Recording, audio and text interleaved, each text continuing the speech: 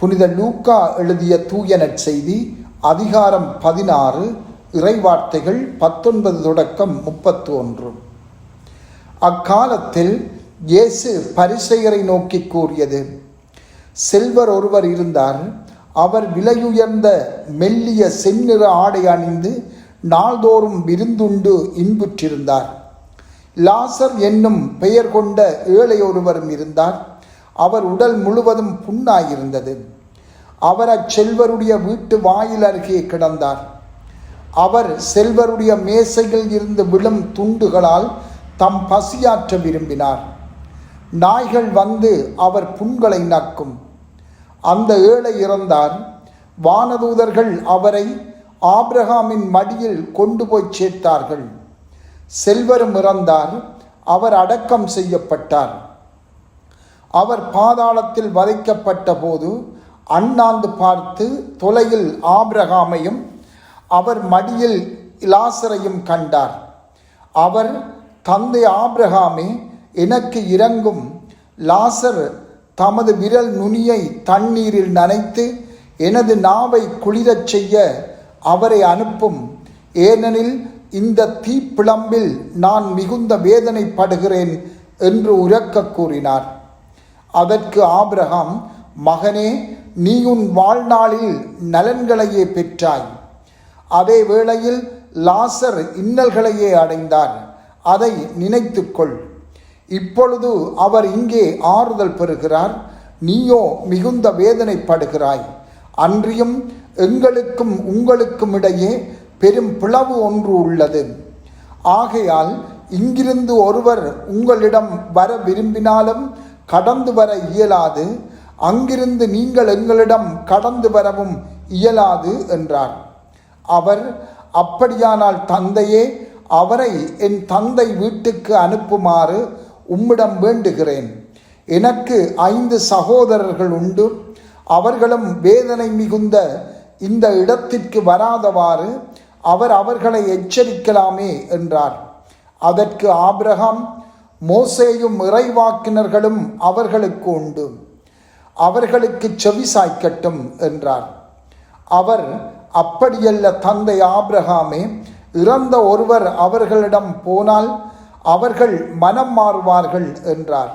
Abraham, அவர்கள் மோசேக்கும் இறைவாக்கினருக்கும் செவி சாய்க்காவிட்டால் இறந்த ஒருவர் உயிர்த்தெழுந்து அவர்களிடம் போனாலும் நம்ப மாட்டார்கள் என்றார். சிந்தனை: பணம் ஆபத்தானது.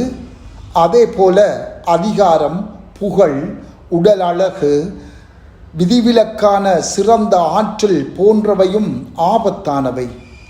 இவை அனைத்தும் பெரும்பாலும் விரும்பப்படுபவையாகவும் தேடப்படுகின்றவையாகவும் பொறாமையை உண்டு பண்ணுபவையாகவும் இருக்கின்றன.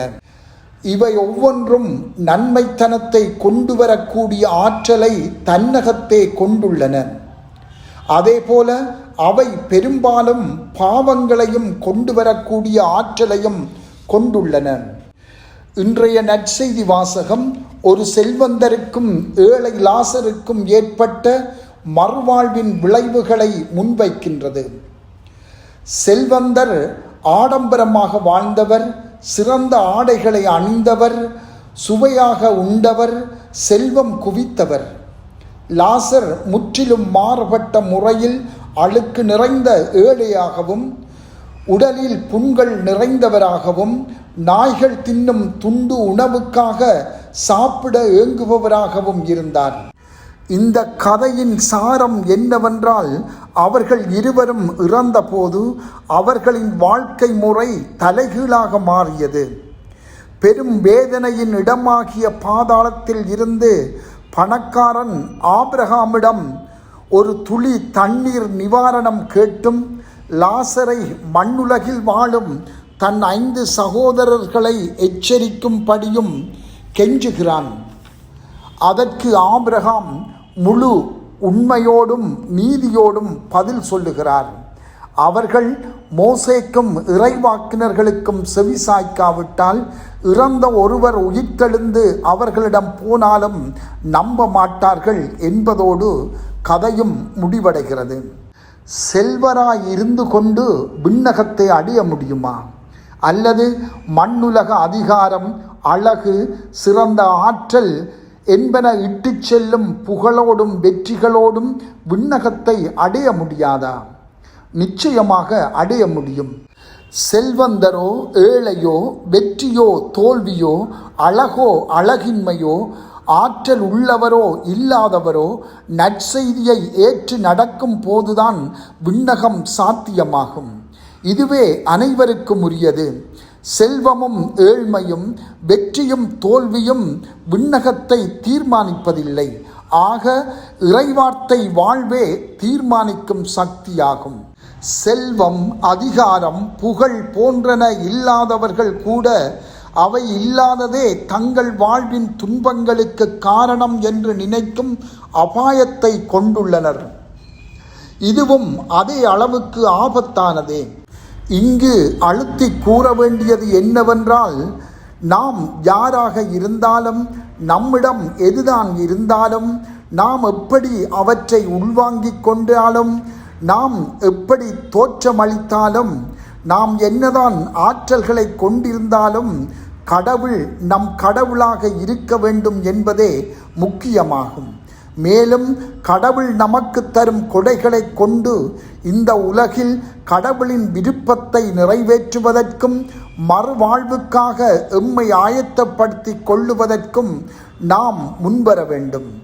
இந்த உலகில் நாம் எமது வாழ்வு எவ்வளவுக்கு கடவுளுக்கும் அவரது விருப்பத்துக்கும் அர்ப்பணித்துள்ளோம் என்று சிந்திப்போம்.